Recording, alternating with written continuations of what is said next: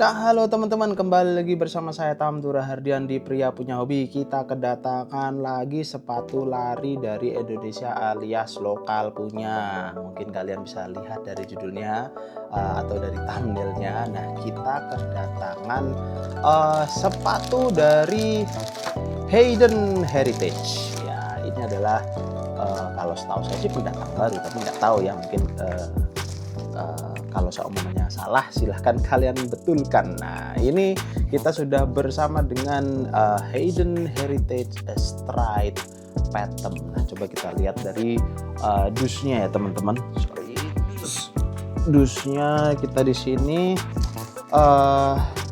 ini Phantom Stride Ghostbuster ya teman-teman. Sorry kardusnya ini karena jelek, nggak usah kita tunjukin, bukan maksudnya dari stride-nya, karena ini melalui ekspedisi makanya agak tidak ini dengan bagus gitu, jadi agak peok-peok gitu. Nah, kita langsung mereview sepatunya. Balik lagi, kita di sini akan melihat first impression dari build quality dari sepatunya tersebut, dari desainnya, dan kita akan menilai sepatu ini sebelum mencoba sepatu ini untuk lari teman-teman. Kebetulan saya beli sepatu ini, disclaimer dulu ya teman-teman, sepatu ini emang saya beli dengan uang saya pribadi, tidak di endorse dari pihak manapun, apalagi juga di endorse oleh pihak dari Stride Hayden Heritage. Maka dari itu saya akan mereview sepatu ini juga dengan sangat-sangat objektif teman-teman. Kita akan bahas bagaimana bagusnya, build quality-nya, atau ada minusnya, kita akan bahas satu per satu ya teman-teman. Kita langsung mulai dari desainnya teman-teman. Untuk harganya dulu mungkin ya. Harganya kalau nggak salah kemarin saya beli di harga 300 sekian ribu. Jadi mungkin kalian sudah bisa memastikan atau memberikan overall pandangan kalian ya teman-teman. Di angka segitu saya kira tidak banyak sepatu lari yang bisa kita yang bisa kita pilih ya teman-teman. Salah satunya ya adanya ya ini Hayden Heritage. Kemarin kita sudah review juga 910 Haze 2.0. Nah, kali ini kita akan mencoba Hayden Heritage Stride Phantom ya teman-teman. Nah, ini warnanya, mulai dari warnanya dulu ya teman-teman. Saya kebetulan lagi pengen pilih yang hitam, yang polos, yang tidak ada embel-embel terlalu banyak, karena saya kadang juga ya ada rasa malunya. Gimana ya bukan malu ya teman-teman, cuman lagi nggak pengen memakai sepatu-sepatu yang terlalu mencolok mata. Nah, kemarin kan kita sudah punya juga Adidas Evo SL yang warnanya kan green neon. Nah, kali ini kita walaupun solnya ini juga green neon, tapi overall dari badannya, dari uppernya ini dia berwarna hitam lekam teman-teman. Nah, ketika kalian membeli sepatu seharga 300 ribuan, sepertinya untuk di kelas men ini kalian tidak terlalu bisa berekspektasi yang terlalu banyak untuk masalah desain. Nah, sepatu ini juga memberikan ekspektasi tersebut. Nah, kenapa? Kalau kita lihat dari uppernya ini sangat minimalis. Dia tidak ada terlalu embel-embel apapun, bener-bener bagian dari depan sampai bagian belakang ini hampir kita bisa bilang ini sama semua ya, nggak ada terlalu beda-bedanya. Hanya ada di bagian tali sepatunya sini dia agak berbeda, ada bagian-bagian yang sintetis, yakni karet sintetis seperti ini, dan juga di samping dia ada dicat seperti ini ya teman-teman. Dia ada lambangnya dari Stride seperti ini. Cuman kalau saya boleh kritik sih, ini memberikan kesan yang murah ya teman-teman. Jadi saya nggak bisa bohong, karena ini kalau kalian lihat bagian sini pojokan, dia agak seperti cat yang meleleh ke samping ya teman-teman. Jadi ada bagian yang terang, ada bagian yang nggak terang teman-teman. Ini sebenarnya kalau menurut saya memberikan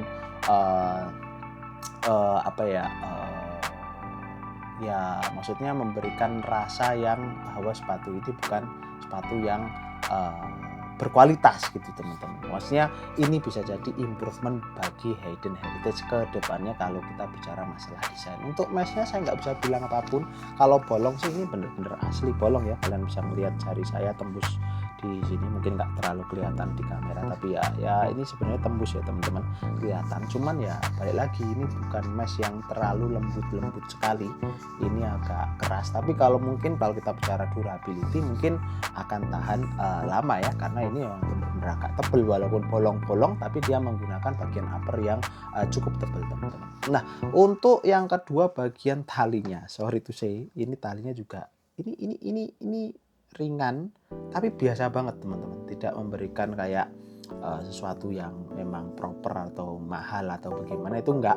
Tapi tadi saya coba di fitmentnya sih lumayan.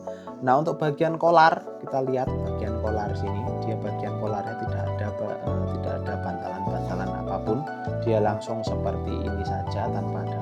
Mungkin ini akan cukup memberikan rasa gimana ya, mungkin cukup bergesekan. Ketika kalian bergesekan dan tidak cocok dengan bagian kaki kalian, mungkin ini bisa membuat iritasi atau mungkin karena terlalu sering bergesekan dengan kaki kalian. Itu yang saya rasakan, karena benar-benar kosong teman-teman. Di dalamnya sih ada, ini bagian agak di dalam ini dia ada bagian yang ada cushionnya, tapi bagian kolarnya ini sama sekali nggak ada apa-apanya ya teman-teman. Mungkin itu, jadi nanti kalian kalau masuk sini agak rasanya keras. Untuk bagian tangnya ini dia kayak dari sintetis begitu, kayak kulit sintetis, dia ada pelebarannya bagian dalam seperti ini.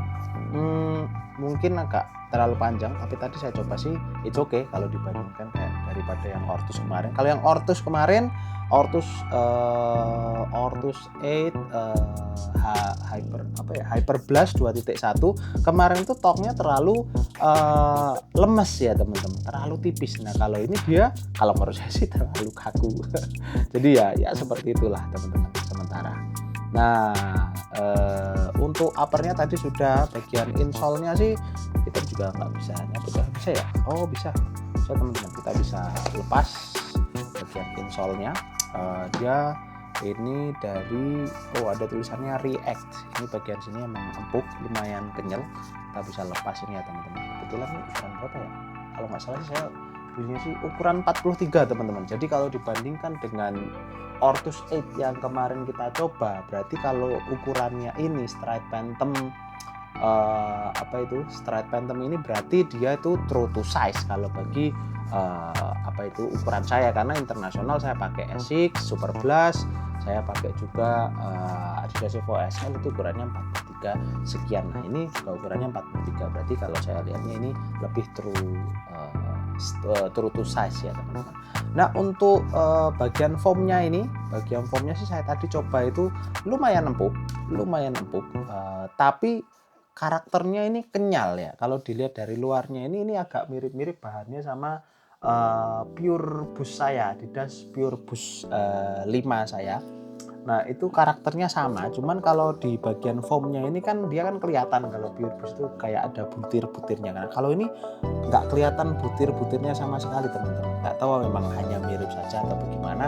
Kalau dari karakter midfoamnya sih dia cukup kenyal. Nah, nanti kita juga akan coba sepatu ini ketika kita akan memberikan review mendalam bagaimana rasanya, feel-nya dari sepatu ini ketika kita coba lari teman-teman. Nah, di bagian outsole-nya, kalau dari feeling saya teman-teman, ini cukup licin teman-teman. Tapi nanti kita perlu coba, karena ini ketika saya korek-korek pakai kuku saya aja, ini rasanya cukup licin dan keras. Feelingnya itu emang kayak ada campuran, nggak tahu ya, tapi kayak ada plastiki gitu. Plastik itu kayak feelingnya kayak plastik begitu. Jadi nggak murni rubber yang gripnya akan sangat bagus gitu ya teman-teman. Tapi kalau ini kan harus dicoba, tapi kan kita bicara masalah first impression-nya teman-teman. Tapi mungkin kalau kita bicara durabilitas, biasanya sih kalau karet yang relatifly lebih keras seperti ini, dia akan mempunyai durability yang lebih panjang. Nah, tapi ya yang harus kalian lihat, ya kemungkinan besar ya kalian nggak akan bisa pakai ini ketika cuacanya hujan, habis hujan, atau yang maksudnya mungkin hujan, kalau kalian aspal mungkin masih agak grippy karena dia kan agak ada kasar-kasar. Tapi kalau kalian di yang agak licin-licin seperti itu, saya kira ini akan menyusahkan. Bagian sini ya, tengahnya ada kayak plate, tapi saya nggak berani ngomong ya. Kalau warna sih bentuknya sih kayak karbon, cuman kalau dari lihat karena dia agak ini ya shiny begitu, ini sepertinya dari plastik biasa, mungkin nggak full, karena kalau kita coba ini lumayan stiff ya teman-teman. Stiff banget malahan. Ini mungkin feelingnya akan membal-membal lumayan. Nah ini nanti kita akan coba ya teman-teman. Jadi overall seperti itu teman-teman. Jadi kalau kalian pengen cari sepatu yang murah, sementara sih saya belum bisa rekomendasikan, dalam artian begini, karena kita belum coba, kita nggak bisa ngasih tahu seperti apa, tapi minimal saya memberikan first impression kalau kalian sangat mementingkan yaitu tadi desain satu. Kalau menurut saya desain ya biasa aja, karena juga harganya juga biasa aja, tapi mungkin yang perlu yang perlu diperhatikan adalah bagian kolarnya ini teman-teman. Kalian harus coba dulu mungkin kalau kalian di toko offline, kalau bisa nanti kalian coba dulu. Nah nanti kita juga akan sharing bagaimana feeling dari sepatu ini ketika kita pakai, karena bagian kolarnya ini yang saya agak worries atau saya agak takutkan gitu, mungkin yang kurang cocok bagian kolarnya teman-teman. Tapi kalau fitment tadi sih oke-oke aja sih. Nah begitu aja teman-teman, jangan lupa like, subscribe, dan komen supaya channel ini bisa berkembang, kita bisa review-review barang, teknologi, gadget, dan yang lain-lain, atau sepatu, outfit, dan yang lain-lain kepada kalian semua. See you on the